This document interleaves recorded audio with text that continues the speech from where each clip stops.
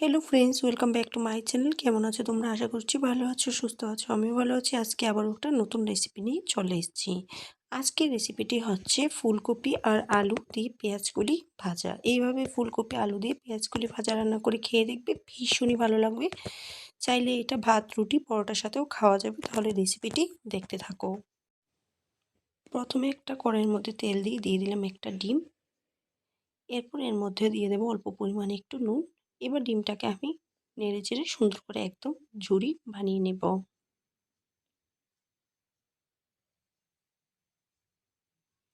ঝুরি বানানো হয়ে গেছে। এই পর্যায়ে ডিমটাকে আমি একটা প্লেটের মধ্যে তুলে নিব। তারপর এই কড়াইয়ের মধ্যে আবার দিয়ে দিচ্ছি পরিমাণ অনুযায়ী সর্ষের তেল। তেলটা গরম হয়ে গেলে আমি দিয়ে দিচ্ছি 1/2 চামচ পরিমাণ সাদা জিরে। জিরেটা একটু নাড়াচাড়া করে এরপরে আমি এর মধ্যে দিয়ে দেব কেটে রাখা ফুলকপি আর আলু। আমি এখানে একটা ফুলকপি থেকে অর্ধেকটা ফুলকপি নিয়েছি, তোমাদের পরিমাণ মতো ফুলকপিটা দিতে পারো। আর দিয়ে দিচ্ছি মিডিয়াম সাইজের একটা আলু। এরপরে খুব সুন্দর করে ভালোভাবে এগুলিকে একটু মিশিয়ে নিতে হবে।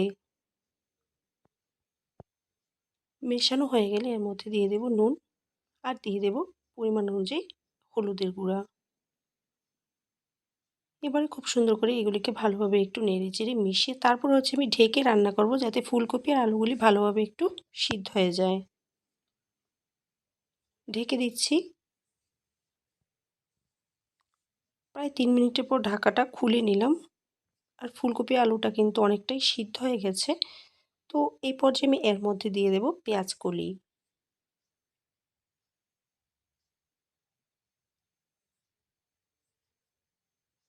পেঁয়াজ কলি দেওয়া হয়ে গেলে এবার আমি একটা মিডিয়াম সাইজের পেঁয়াজ কুচি আর দিয়ে দেব ছেঁড়া কাঁচা লঙ্কা 2টা। আর দিয়ে দিচ্ছি ঝুরি করে রাখা ডিম। তারপরে খুব সুন্দর করে আবারও এগুলিকে ভালোভাবে একটু মিশিয়ে নিয়ে আবারও আমি ঢেকে রান্না করব 2 মিনিটের মতো মিডিয়াম টু লো ফ্লেমে।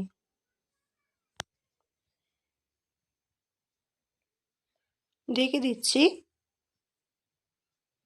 প্রায় 2-3 মিনিট পর ফিরে আসলাম। খুব সুন্দর করে কিন্তু ভাজা হয়ে গেছে। এবার না ঢেকে আবারও 1 মিনিটের মতো এগুলিকে এভাবে একটু রান্না করে নিব। তো এই পর্যায়ে কিন্তু হয়ে এসছে। তো দিয়ে দিচ্ছি ধনেপাতা কুচি। ধনেপাতা কুচিটা দেওয়ার পর আবারও খুব সুন্দর করে ভালোভাবে একটু মিশিয়ে নিতে হবে। এবারে কিন্তু আমার রেসিপিটা সম্পূর্ণ রেডি।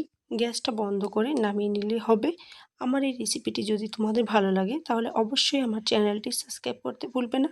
লাইক, শেয়ার, কমেন্ট করবে। তোমরা সবাই ভালো থাকবে, সুস্থ থাকবে আর আমার নিত্য নতুন ভিডিও দেখবে।